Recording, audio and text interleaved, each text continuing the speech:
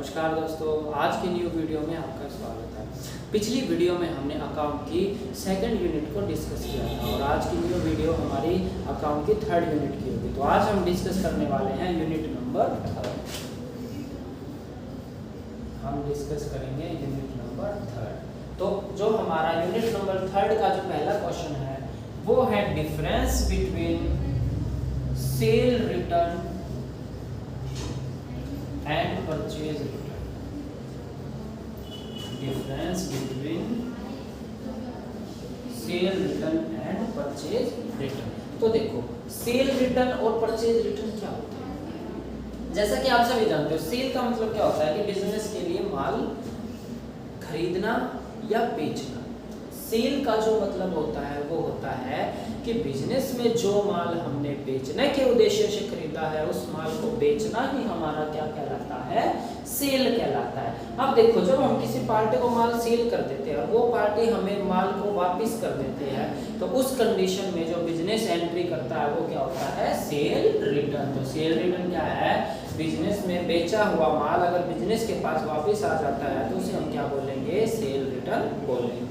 Purchase return क्या होता है कि बिजनेस के लिए जो माल हमने परचेज किया है या जो स्टॉक हमने परचेज किया है उस परचेज स्टॉक को जब हम पार्टी को वापस कर देते हैं तो उसे हम क्या बोलते हैं जी, परचेज रिटर्न। तो आप क्या कह सकते हो, परचेज रिटर्न क्या है कि खरीदे हुए माल को वापस करना, ये हमारा क्या होता है, परचेज रिटर्न। अब देखो भाई, कई बार क्या होता है जब ट्रायल बैलेंस के क्वेश्चन आते हैं या बैलेंस शीट बनाने आते हैं ना तो इनके ना नाम चेंज कर दिए जाते हैं कई बार हमें पजल करने के लिए। तो देखो सेल रिटर्न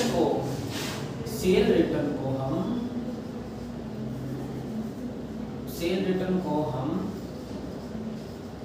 रिटर्न इनवर्ड भी कहते हैं। क्या कहते हैं जी, रिटर्न इनवर्ड। और परचेज रिटर्न को हम रिटर्न आउटवर्ड भी कहते हैं। मतलब इनके दूसरे नाम क्या है, सेल रिटर्न का दूसरा नाम क्या है, रिटर्न इनवर्ड। और भाई जो आपका परचेज रिटर्न है इसका दूसरा नाम क्या है, रिटर्न आउटवर्ड। ये इनके नाम जो आपको याद रखने हैं। तो ये था आपका पहला क्वेश्चन।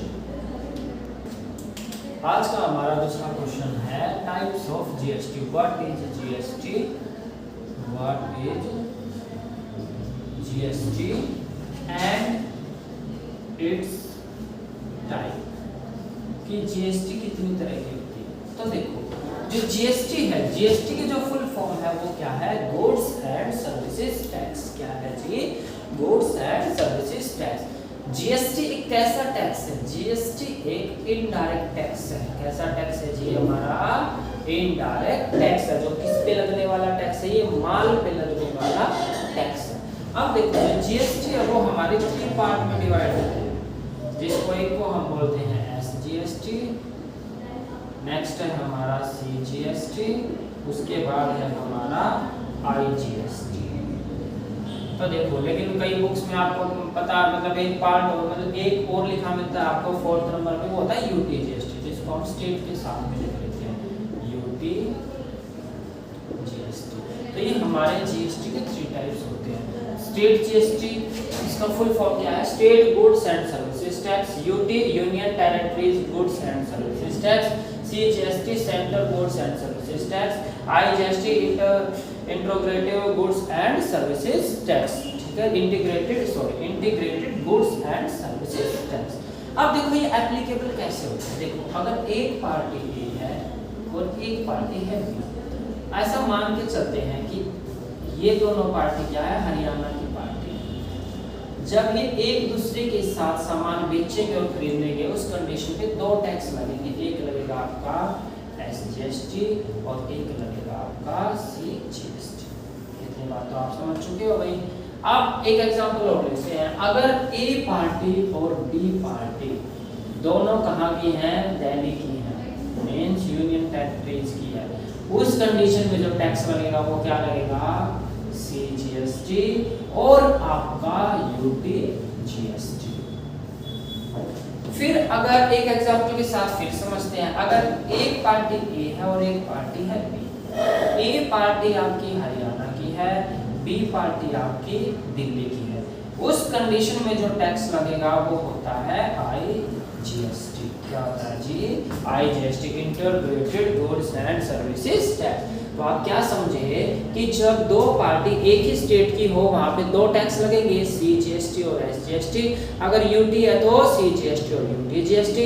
अगर एक पार्टी हरियाणा की और एक उत्तर प्रदेश की है, उस कंडीशन में अदर स्टेट हो जाता है तो वहां पे कौन सा टैक्स लगेगा, आपका IGST टैक्स लगेगा। अब हम बात करते हैं GST की परसेंटेज स्लैब। इसमें आपके नंबर 1 पे आता है 5%, फिर है 12%, उसके बाद है 18% और नेक्स्ट है आपका 28%। ये क्या है, GST के टैक्स स्लैब है। ठीक है जी। तो आज का हमारा जो ये जो आपका ये type GST and meaning of GST and type of GST आपको अच्छे से समझ में आया होगा। अब हम डिस्कस करने वाले हैं क्वेश्चन नंबर 3। तो क्वेश्चन नंबर जो 3 है आपका, वो है आपका stock. What is stock? What is stock and types of stock? तो देखो, स्टॉक मीन्स माल, और स्टॉक दो तरह का होता है। एक होता है आपका ओपनिंग और एक होता है आपका क्लोजिंग। क्या समझे जी? स्टॉक दो तरह का होता है, ओपनिंग स्टॉक और क्लोजिंग स्टॉक। अब स्टॉक क्या है? देखो हम क्या करते हैं बिजनेस में, कुछ चीजें खरीदते हैं और फिर उन्हें बेच देते हैं, या फिर बिजनेस में हम कुछ चीजें बेचने के लिए क्या कर लेते हैं, उसका भंडारण कर लेते हैं, उसी को ही हम क्या बोलते हैं, स्टॉक। अब ये ओपनिंग क्लोजिंग क्या होता है, इसको समझते हैं। देखो आप सभी को मैंने एक वीडियो में बताया भी था कि जो फाइनेंशियल ईयर है हमारा, वो 1 अप्रैल से 31 मार्च तक होता है। तो देखो भाई, 1 अप्रैल को बिजनेस के पास जितना भी स्टॉक होता है वो तो आपका स्टॉक होता है ओपनिंग स्टॉक। कौन सा स्टॉक होता है जो आपका ओपनिंग स्टॉक। और 31 मार्च को जब कंपनी की बैलेंस शीट फाइनल कर दी जाती है और जितना स्टॉक बिजनेस के पास बचा होता है उसको हम क्या बोलते हैं, क्लोजिंग स्टॉक। आई होप आपको ये क्वेश्चन अच्छे से समझ में आया होगा। अब हम आपके सामने डिस्कस करने वाले हैं क्वेश्चन नंबर 4। तो हमारा जो क्वेश्चन नंबर 4 है वो है डिफरेंस बिटवीन, डिफरेंस बताना है कि ग्रॉस प्रॉफिट क्या होता है और ग्रॉस लॉस क्या होता है। क्वेश्चन क्या है, difference between gross profit and gross loss. अगला क्वेश्चन जो हमारा रहेगा 5th क्वेश्चन में साथ में कराऊंगा इनको, वो रहेगा हमारा difference between net profit and net. क्या बताना है हमें, डिफरेंस बताना है नेट प्रॉफिट और नेट लॉस में। तो हम पहले को डिस्कस करते हैं। देखो मैंने आपको पिछली वीडियो में बताया भी था, देखो ग्रॉस प्रॉफिट और ग्रॉस लॉस हमें किस अकाउंट से मिलते हैं, ट्रेडिंग अकाउंट से। किससे मिलते हैं जी, ट्रेडिंग अकाउंट से।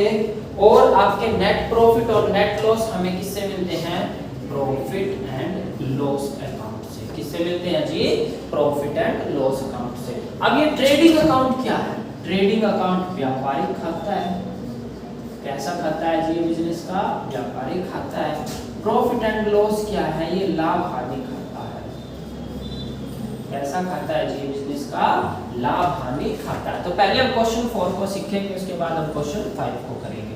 अब देखो भाई, ट्रेडिंग अकाउंट में क्या होता है कि एक कंपनी के द्वारा एक फाइनेंशियल ईयर में जितने भी डायरेक्ट एक्सपेंस किए गए हैं, कंपनी के द्वारा टोटल सेल, कंपनी के द्वारा किए गए टोटल परचेज, क्या किया जाता है जी, देखो इन सभी का भी एक रिकॉर्ड तैयार किया जाता है। किसके अंदर, ट्रेडिंग अकाउंट के अंदर। और देखो जब कंपनी के एक्सपेंस ज्यादा होते हैं, एक्सपेंस ज्यादा होते हैं लाइक भाई, और सेल क्या होती है कंपनी की, कम होती है।